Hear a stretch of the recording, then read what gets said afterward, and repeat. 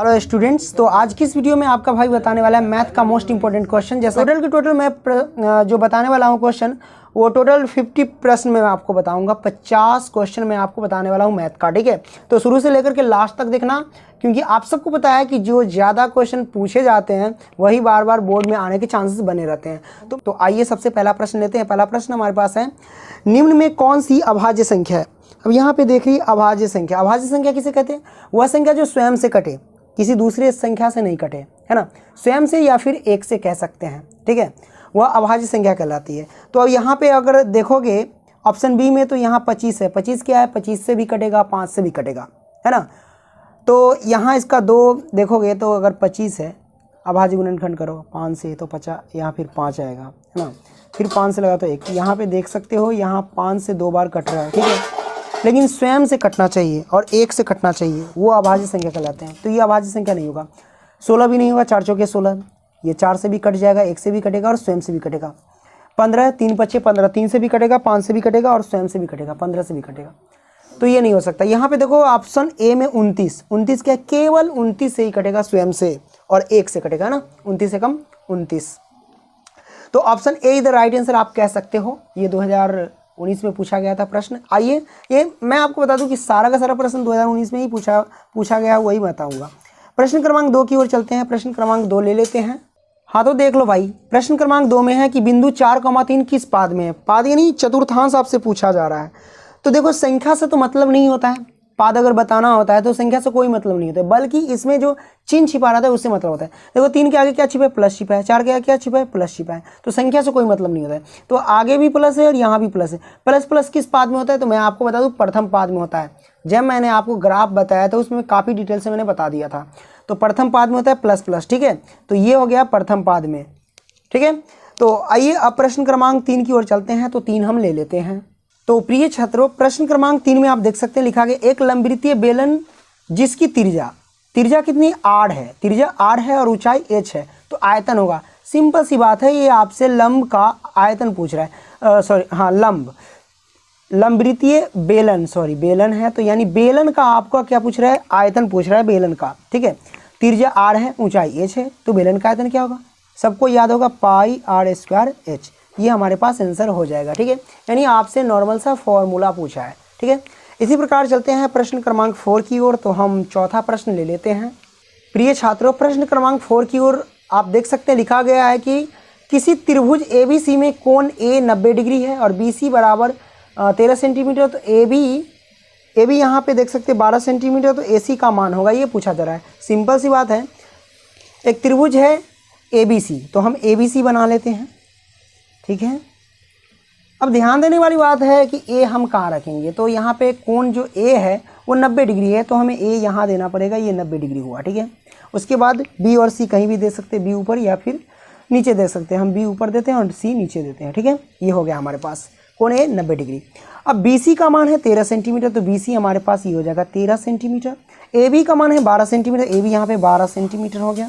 अब पूछ रहा है ए सी का मान होगा, ए सी यानी आधार आपसे पूछ रहा है। आधार हम ज्ञात करने के लिए क्या करेंगे? आधार बराबर क्या होता है? पाइथागोरस प्रमेय से आपको पता होगा, वो होता है ना, वो कर्ण का स्क्वायर क्या होता है? कर्ण का स्क्वायर माइनस के लंब का स्क्वायर। ये हमारे पास फॉर्मूला होता है, इसका रूट अंडर, राइट। कर्ण हमारे पास कितना है? तो कर्ण भाई देखो 13 है, तो 13 का स्क्वायर करेंगे और माइनस आधार और लंब कितना है? 12 है, तो 12 का स्क्वायर करेंगे। करनी है तो करनी डालिए। यहाँ पे 13 का स्क्वायर कितना होगा? 169 माइनस 12 का स्क्वायर 144, ठीक है। करनी है तो करनी डाल दीजिए। अब यहाँ पे आप देखोगे 169 में से 44 घटाएंगे, लो भाई 25 हो जाएगा, है ना। करनी है तो करनी। अब करनी कहता है कि भाई 2 में से तो 1 मैं निकालूंगा, है ना।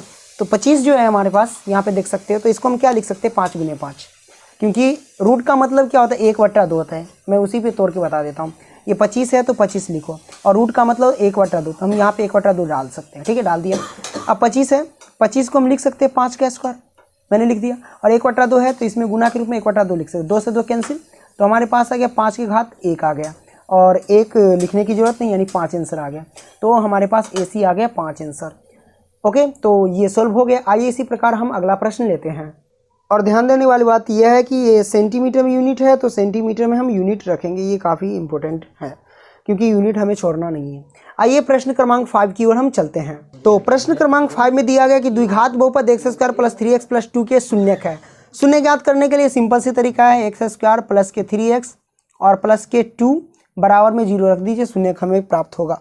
कैसे होगा? सबसे पहले इसका अभाज्य गुणनखंड ज्ञात कर लेते हैं। गुणनखंड ज्ञात करने के लिए आपको फर्स्ट इंटू लास्ट गुना करना पड़ेगा। एक्स स्क्वायर में 2 में से गुना करेंगे तो 2x स्क्वायर होगा। बीच वाले को इस तरह तोड़ना है कि जोड़ने या घटाने पर प्लस का 3x पूरे और गुना करने पर 2x स्क्वायर पूरे। कैसे करेंगे? बहुत सिंपल है, एक्स स्क्वायर तो एक्स स्क्वायर लिखेंगे। अगर हम यहाँ पे इसको कर दें माइनस का 2x, ओके, और माइनस का x। अब देखो नहीं, ऐसे नहीं होगा। तो यहाँ पे देखिए, अगर प्लस का 2x कर दें और प्लस का x करेंगे, ठीक है, तो 2x और x में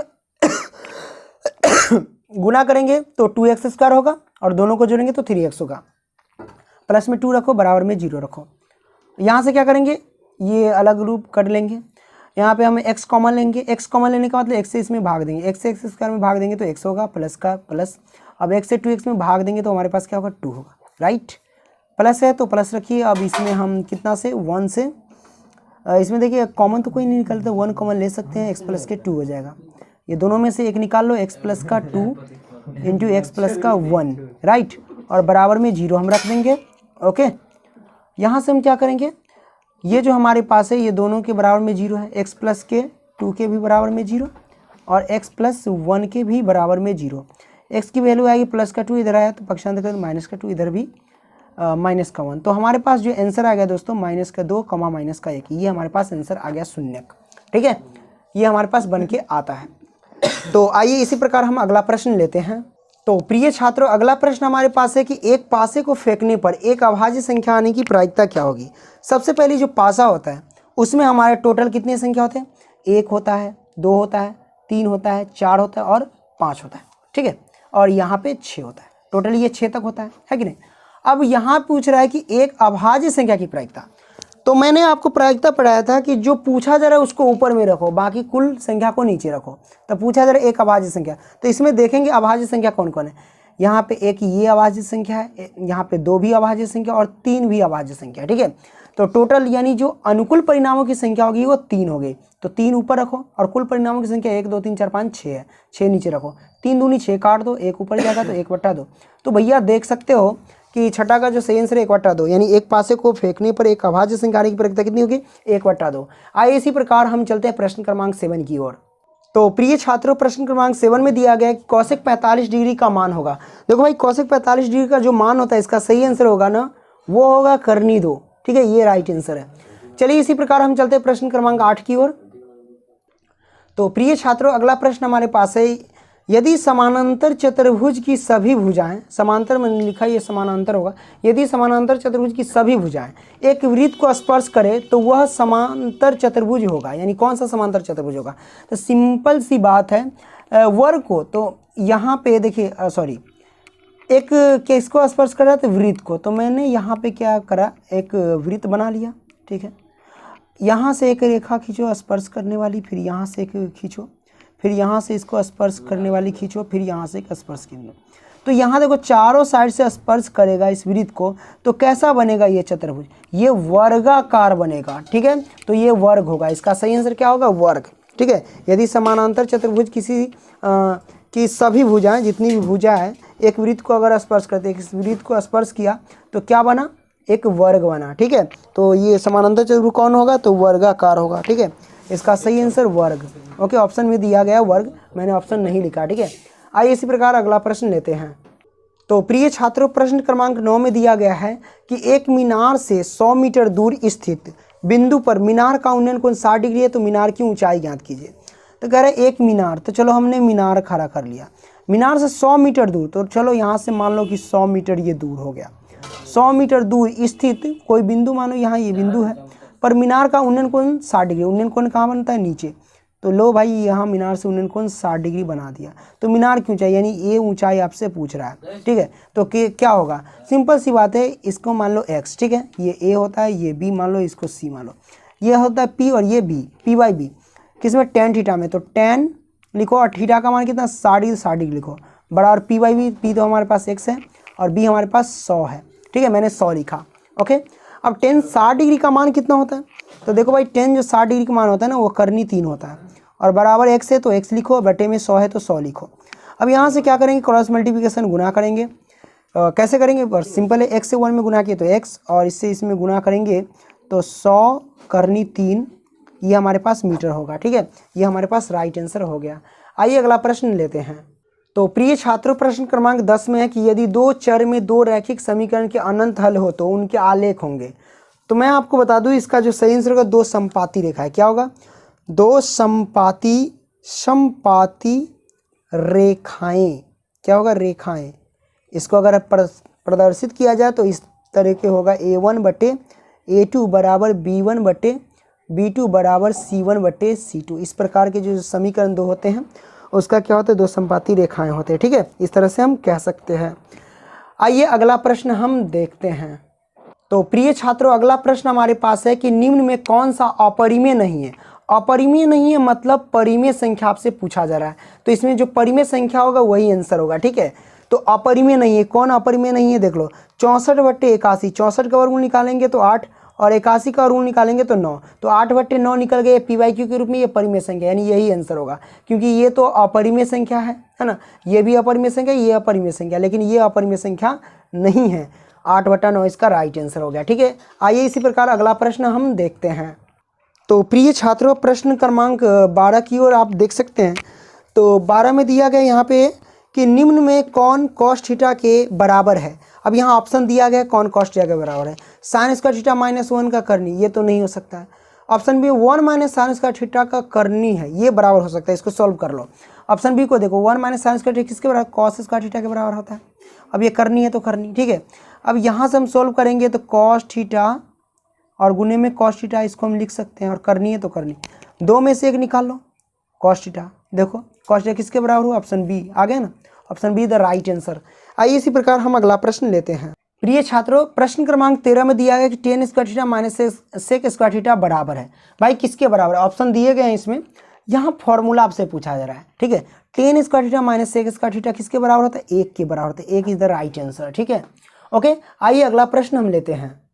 प्रिय छात्रों, अगला प्रश्न हमारे पास है कि k के किस मान के लिए समीकरण निकाय, समीकरण जो हमारे पास kx² plus 4x plus k1 बराबर 0 के मूल वास्तविक तथा असमान है। देखो, मूल वास्तविक तथा असमान है। अगर हम k के बराबर अगर 4 आंसर है तो उसका क्या होगा? मूल वास्तविक तथा बराबर होता है, असमान नहीं बल्कि समान होता है। ठीक है, अगर k यहाँ जो आप देख रहे हैं 4 है, अगर k की वैल्यू 4 से बड़ा आता है, ठीक है, k की वैल्यू 4 से बड़ा आता है तो समझ जाना इसका मूल जो होगा ना वो अवास्तविक होगा। ठीक है, अगर k से बड़ा 4 आता है ना तो इसका जो होता है मूल वास्तविक तथा असमान होता है। ये होगा option A the right answer. ठीक है, इसी प्रकार चलते हैं, अगला प्रश्न लेते हैं। तो प्रिय छात्रों, प्रश्न क्रमांक 15 में दिया गया है कि k के किस मान के लिए समीकरण निकाय x प्लस 2y बराबर 3 तथा 5x प्लस ky बराबर 15 के अनंत हल है ना। अनंत हल आपसे पूछा जा रहा है किस मान के लिए। तो आपको पता होगा कि a1 बटा a2 बराबर b1 बटा b2 बराबर c1 बटा c2 से हम निकाल सकते हैं। तो ये a1 है, ये b1 है, ये c1 है, ये a2 है, ये b2 है और ये c2 है। a1 बटा a2, तो a1 के जगह पे x है तो x हम नहीं लेंगे बल्कि इसमें 1 छिपा है वो ले लेंगे 1। a1 बटा a2 हमारे पास 5 है बराबर b1 बटा b2, तो b1 हमारे पास 2 है, y नहीं लेते हैं। ठीक है, और b2 हमारे पास ky है, तो k अचर मान के रूप में है, हम यहाँ ले लेंगे k। यहीं से सोल्व कर दो। ठीक है, क्योंकि k का मान तो ज्ञात करना है। यहाँ से सोल्व करेंगे, k से 1 में गुना करेंगे तो k, और 5 दूनी 10। भाई k का मान 10 आंसर आ गया। ठीक है, इस तरीके से बन जाएगा। आइए प्रश्न क्रमांक 16 की ओर हम चलते हैं। तो प्रिय छात्रों, अगला प्रश्न यहाँ पे आप देख सकते हैं। प्रश्न क्रमांक 16 में दिया गया है कि यदि cos a बराबर 1/2 हो तो 1 माइनस के 2 cos स्क्वायर a का मान होगा। क्या होगा इसका सही आंसर? तो सिंपल सी बात है, जैसे कि आप देख सकते हैं 1 है तो 1 लिखो, माइनस तो माइनस लिखो, 2 है तो 2 लिखो, और गुने है तो गुने लिखो। ये cos स्क्वायर है ना, तो cos a की वैल्यू कितना? 1/2 है तो 1/2 लिखो, लेकिन स्क्वायर है तो स्क्वायर लगा दो।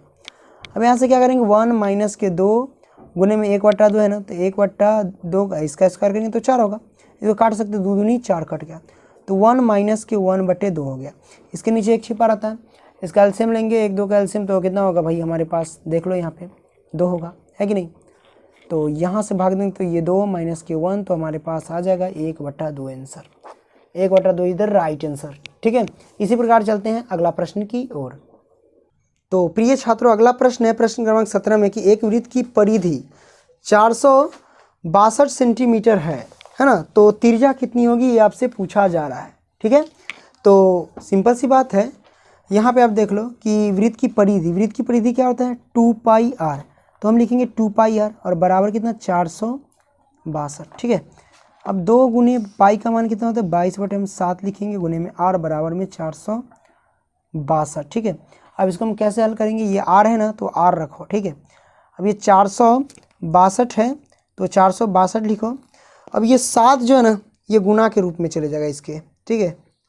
462 गुने 7 और ये बट्टे में ये सब के सब नीचे आ जाएगा 2 गुने में 22। ये कैलकुलेशन मैंने फास्ट कर लिया तुरंत में, ठीक है।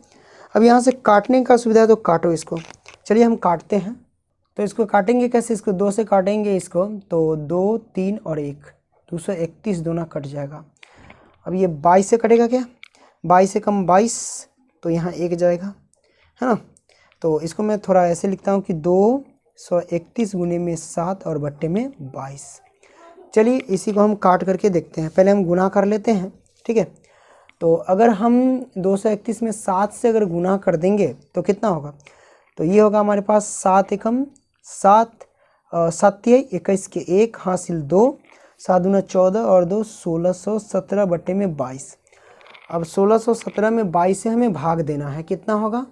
तो प्रिय छात्रों अगर इसको भाग दोगे तो 73.5 आएगा। ये सेंटीमीटर में रख दो, इसको काटोगे तो ये आंसर आ जाएगा, ठीक है। आइए अगला प्रश्न की ओर हम चलते हैं। तो प्रिय छात्र प्रश्न क्रमांक 18 में देख सकते हैं कि लिखा गया निम्नांकित में किसका दशमलव प्रसार शांत है।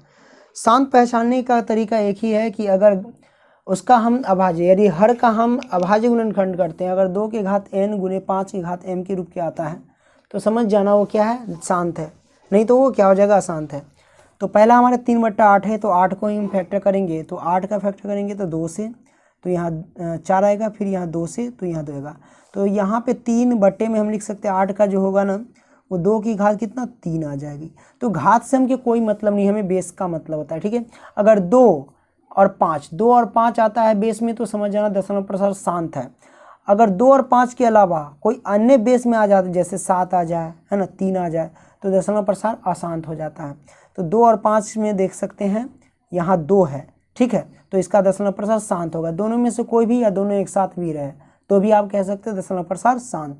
तो option A the right answer, इसका दशमलव प्रसार शांत होगा। ओके, आइए प्रश्न क्रमांक 19 की ओर चलते हैं। प्रश्न क्रमांक 21 में है कि कॉट 90 डिग्री माइनस थीटा बराबर है। देखो भाई कॉट 90 डिग्री माइनस थीटा पूछ रहा है, ये तो फॉर्मूला है, किसके बराबर होता है भाई, कॉसेक थीटा के बराबर होता है। नो सॉरी ये नहीं होगा, सॉरी टेन थीटा के बराबर, कितने के बराबर होगा, टेन थीटा के बराबर होगा, ठीक है। कॉट 90 डिग्री माइनस थीटा बराबर टेन थीटा। तो प्रिय छात्रों अगला प्रश्न हमारे पास है कि यदि कोई रेखा वृत्त को सिर्फ एक बिंदु पर स्पर्श करती है तो वह कहलाती है। देखो भाई ये वृत्त है, ठीक है, इस वृत्त में अनंत बिंदुएं हैं, ऐसे ऐसे करके ठोपा है ना।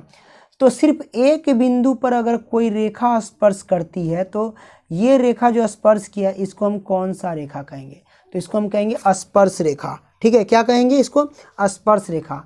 कुछ बच्चे छेदक रेखा बोल देंगे, नहीं ये स्पर्श रेखा है, ठीक है। आइए प्रश्न क्रमांक हम 23 की ओर चलते हैं। तो 23 में दे रखा है, मैं आपको बोल करके बता देता हूँ, ठीक है। तो 23 में दे रखा है कि संचयी बारंबारता वक्र कहलाती है। संचयी बारंबारता का जो वक्र कहलाता है ना भाई, वो कहलाता है तोरण। क्या कहलाता है, तोरण, याद रखना है, ठीक है। इसका राइट आंसर तोरण होगा। संचयी बारंबारता का वक्र क्या कहलाता है, तो तोरण कहलाता है। आइए अगला प्रश्न हम लेते हैं। तो प्रिय छात्रों प्रश्न क्रमांक 24 में है, देखना गौर से सुनना, ठीक है। मैं लिखूंगा तो ज़्यादा टाइम वेस्ट हो जाता है मेरा। देखो प्रश्न क्रमांक 24 में है कि दो समांतर रेखाओं के बीच की दूरी 14 सेंटीमीटर है। एक वृत्त दोनों रेखाओं को स्पर्श करता है तो वृत्त की त्रिज्या निम्न में से कौन होगी। बहुत सिंपल है, समांतर रेखा मतलब ये देखो, ये एक रेखा पैरेलल, इसके पैरेलल एक रेखा खींच दो तो ये हो गया दो समांतर रेखा। समांतर का मतलब बीच की दूरी समान होनी चाहिए। अभी ये फोन कर तो यहाँ पे देखो पैरेलल का मतलब ये होता है, ठीक है, कि दोनों के बीच की दूरी समान हो। तो इसकी बीच की दूरी दे रखी है कितना, 14, कितना दे रखा है, 14 सेंटीमीटर। अब बताइए एक वृत्त है, ये दोनों को स्पर्श करता है, ना करके जाता है और घूम करके बेचारा ये ना करके घूम के चलाता है, ठीक है। इस तरह से वृत्त अपना गोल हो जाता है। तो ये जो वृत्त की जो व्यास है, व्यास हो जाएगा 14 सेंटीमीटर, इसे गोल घूमेगा। तो इसकी त्रिज्या पूछ रहा था, त्रिज्या कितना होगा, 7 सेंटीमीटर, है ना। कितना, इसका आधा करेंगे, है ना, त्रिज्या यानी 7 सेंटीमीटर हो जाएगा। ओके, तो इसका option be the right answer होगा 54 का, ठीक है, मैंने लिखा नहीं। ओके, आइए इसी प्रकार हम अगला प्रश्न लेते हैं। तो प्रिय छात्रों, अगला प्रश्न है कि 1 + cot square theta 1 + tan square theta बटे में बराबर क्या होगा। सिंपल सी बात है, ऑप्शन भी दिया हुआ है कि 1 + cot स्क्वायर थीटा का फॉर्मूला क्या होता है, पहले लिखेंगे cosec स्क्वायर थीटा बटे 1 + tan स्क्वायर थीटा का क्या होता है फॉर्मूला, sec स्क्वायर थीटा। यहाँ सोल्व कैसे करेंगे, cosec थीटा बराबर होता है 1 बटे में sin थीटा, ठीक है, लेकिन ये स्क्वायर है तो स्क्वायर लिखिए, sin थीटा बटे में sec थीटा वाला फॉर्मूला क्या होता है, 1 बटे में cos थीटा। अब इसका स्क्वायर कर देंगे, ठीक है।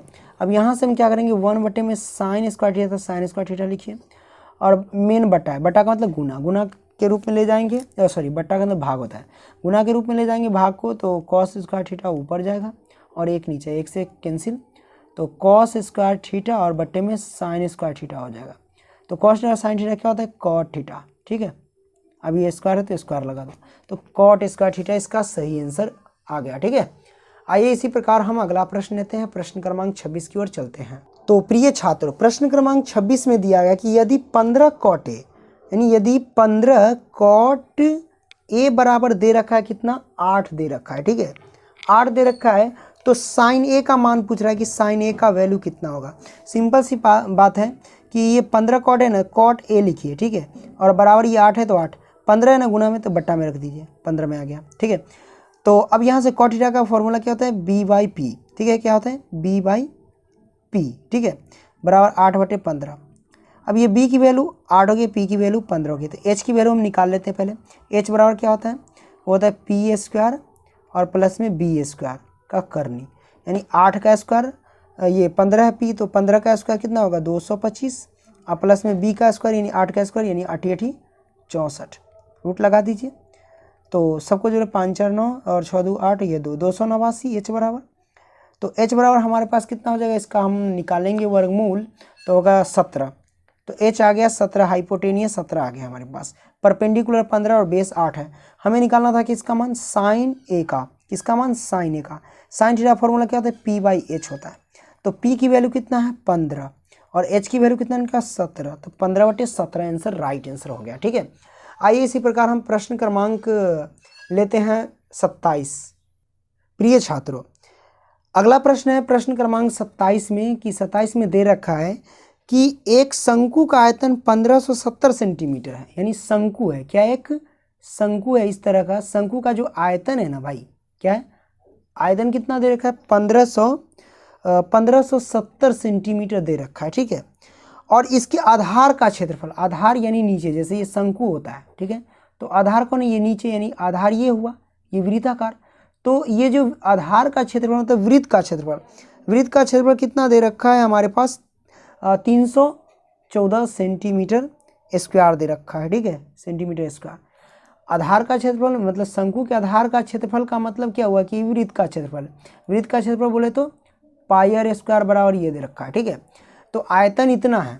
अब यहाँ आपको पता होगा कि शंकु का जो आयतन होता है ना, वो होता है 1/3 πr² होता है, ठीक है, πr² होता है। तो प्रिय छात्रों, इसको बनाने के लिए सिंपल है, जैसे कि आयतन दे रखा है कितना, ये तो हो गया फॉर्मूला, और 1570 आयतन दे रखा है, ठीक है। अब हम क्या करेंगे, 1/3 है तो 1/3 लिखेंगे, और गुने πr² यहाँ दे रखा है कितना, 314, हम लिखेंगे 314, और गुने में h है तो h लिखेंगे और 1570 डाल देंगे। अभी h बराबर हम कैसे निकालेंगे, ये 1570 है तो 1570, 3 से इसमें मल्टीप्लाई होगा और ये गुना के रूप में, तो ये भट्टा में आ जाएगा 14, ठीक है। अब 1570 में 3 से गुना कर देना और 314 से भाग दे देना, ठीक है, तो कितना आएगा आपको, 15 आएगा, 15 सेंटीमीटर आंसर आ जाएगा इसकी ऊंचाई, ठीक है, ये हमारे पास आंसर आ जाएगा। ओके, तो इस शंकु की जो ऊंचाई आ जाएगी ये हमारे पास कितना, 15 सेंटीमीटर। ओके, आई होप कि ये क्वेश्चन समझ गए होंगे। आइए अगला प्रश्न लेते हैं। ये सारे के सारे प्रश्न जो है ना 2019 में पूछा गया है, पहले बता दो। प्रिय छात्रों, प्रश्न क्रमांक 28 में हमको दे रखा है कि दो वृत्त के क्षेत्रफलों का अनुपात 4:1 है। भाई दो वृत्त के क्षेत्रफलों का अनुपात कितना है? 4:1।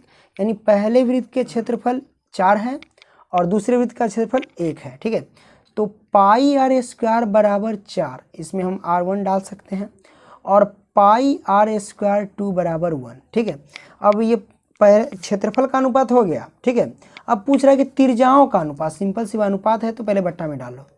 पाई से पाई कैंसिल कट गया, ये आर स्क्वायर है ना, तो 4 स्क्वायर हटेगा तो 4 का वर्गमूल होगा, तो r बराबर 4 का वर्गमूल रूट बटे में r2 है, स्क्वायर हटेगा तो कितना होगा? 1 का वर्गमूल। ठीक है, अब देखिए r1 बटे में r2 हो जाएगा, बराबर में 4 का वर्गमूल 2 और बटे में 1 का वर्गमूल 1।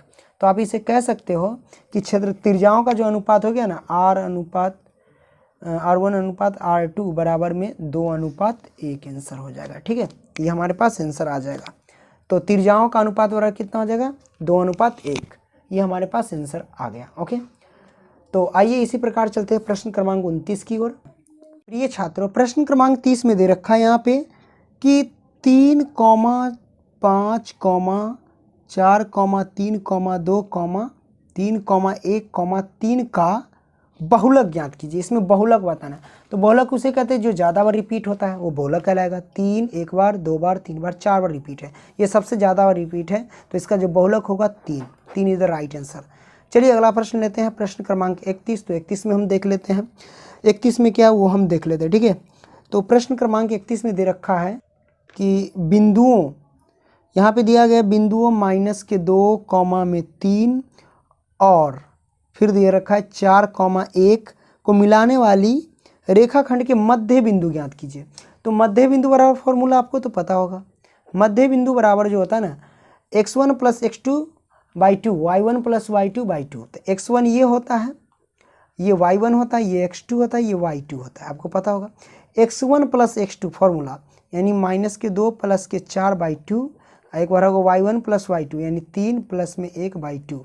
ठीक है, तो यहाँ से हम निकालेंगे, कैसे निकालेंगे? -4 और +4 है, सॉरी -2 + 4, तो ये होगा 2 बटे में 2 और 3 और 1 4/2।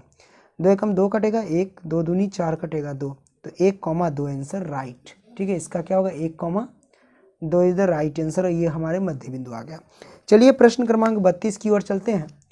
तो यहाँ पे 32 देख लेते हैं। 32 में अगला प्रश्न हमारे पास क्या है वो देखते हैं। तो 32 में दिया गया है कि प्रथम 5 विषम संख्याओं का माध्य होगा। देखो भाई, प्रथम 5 विषम संख्याओं का माध्य हम कैसे ज्ञात करेंगे? तो सिंपल से प्रथम 5 विषम संख्या, पहला विषम संख्या 1 है, दूसरा 3 है, फिर तीसरा 5 है, फिर 7 है और फिर 9 है। तो यहाँ 2, 2, 4, 5 विषम संख्या हो गया, इसका माध्य है सब प्रेक्षणों का योग बटे प्रेक्षणों की संख्या, सबको जोड़ो। 1, 3, 4, 5, 9, 9, 9, 18, 18, 7, 25 हो गया। ठीक है, प्रेक्षणों का योग बटे प्रेक्षणों की संख्या देख लो, प्रेक्षणों की संख्या कितने? 1, 2, 3, 4, 5, 5 रखो, 50, 25 काटो, 50, 25 कट गया, तो हमारे पास 5 आंसर आ गया। ठीक है, इसका राइट आंसर 5। इस तरीके से आप निकाल सकते हैं। ओके, आइए अगला प्रश्न देखते हैं, प्रश्न क्रमांक 33 की ओर चलते हैं। तो 33 में क्या है वो देख लेते हैं। ठीक है, चलिए 33 में दे रखा है कि किसी घटना की प्रायिकता का अधिकतम मान होता है। देखो, अधिकतम मान 1 होता है, कभी प्रायिकता का अधिकतम मान 1 और न्यूनतम मान 0, क्योंकि प्रायिकता जो होता है ना 1 और 0 के बीच का ही आंसर होता है, और ज़्यादा से ज़्यादा 1 आएगा और कम से कम 0 आएगा। इसके बाद अगर ऋणात्मक आ जाता है तो प्रायिकता का मान नहीं होता है, और 1 से बड़ा हो जाए, 2 आ जाए, 3 है, तो वो प्रायिकता का मान नहीं होता है। तो अधिकतम मान 1 और न्यूनतम मान 0 होता है। ठीक है, प्रायिकता का, ये समझ गए होंगे। ठीक है, आइए अगला प्रश्न ले लेते हैं कि दोस्तों अगला प्रश्न हमारे पास है कि एक असंभव घटना की प्रायिकता होती है। भाई असंभव घटना की प्रायिकता क्या होगी, है ना? तो यहाँ पे हम देख लेते हैं। तो भाई असंभव घटना की प्रायिकता जो होगी ना, वो होगा 0 आंसर। असंभव घटना की प्रायिकता 0 होती है। ठीक है, इस बात को याद रखना। आइए अगला प्रश्न लेते हैं। अगला प्रश्न है कि हमारे पास कौशिक क्या होगा, 35 में देख लो। 35 में क्वेश्चन हमारे पास है कौशिक थीटा। ठीक है, cosec theta, cosec 90 degree minus theta okay, और into sine 90 degree minus theta. पूछ रहा है किसके बराबर होता है, तो इसको सॉल्व करेंगे। कॉसेक 90 डिग्री माइनस थीटा किसका फॉर्मूला होता है, तो ये होता है सेक थीटा का फॉर्मूला, और बीच में गुना होता है। साइन किसका होता है, कॉस का होता है, cos theta. Sine 90 degree minus cos theta के बराबर होता है। तो सेक थीटा का फॉर्मूला होता है 1 में कॉस थीटा, ये फॉर्मूला होता है, गुने में कॉस थीटा।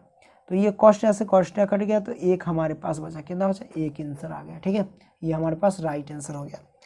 आई होप कि आप समझ गए होंगे। प्रश्न क्रमांक हम चलते हैं 36 की ओर। तो 36 में दे रखा है कि 3.27 के ऊपर रिकरिंग है। अब ये कौन सी संख्या है, ये पूछा जा रहा है। एक पूर्णांक है, या एक परिमेय संख्या, या एक प्राकृत संख्या, या एक अपरिमेय संख्या है। तो मैं बता दूं कि एक यह परिमेय संख्या है। आपको मैं बता दूं कि जितने भी कोई भी दुनिया की हो संख्या, अगर उसके ऊपर रेकरिंग यानी बार लग गया ना, तो समझ जाना वो परिमेय संख्या, क्योंकि इसको परिमेय संख्या के रूप में बदल सकते हैं। ठीक है, ये आप समझ गए होंगे। चलिए अगला प्रश्न की ओर चलते हैं।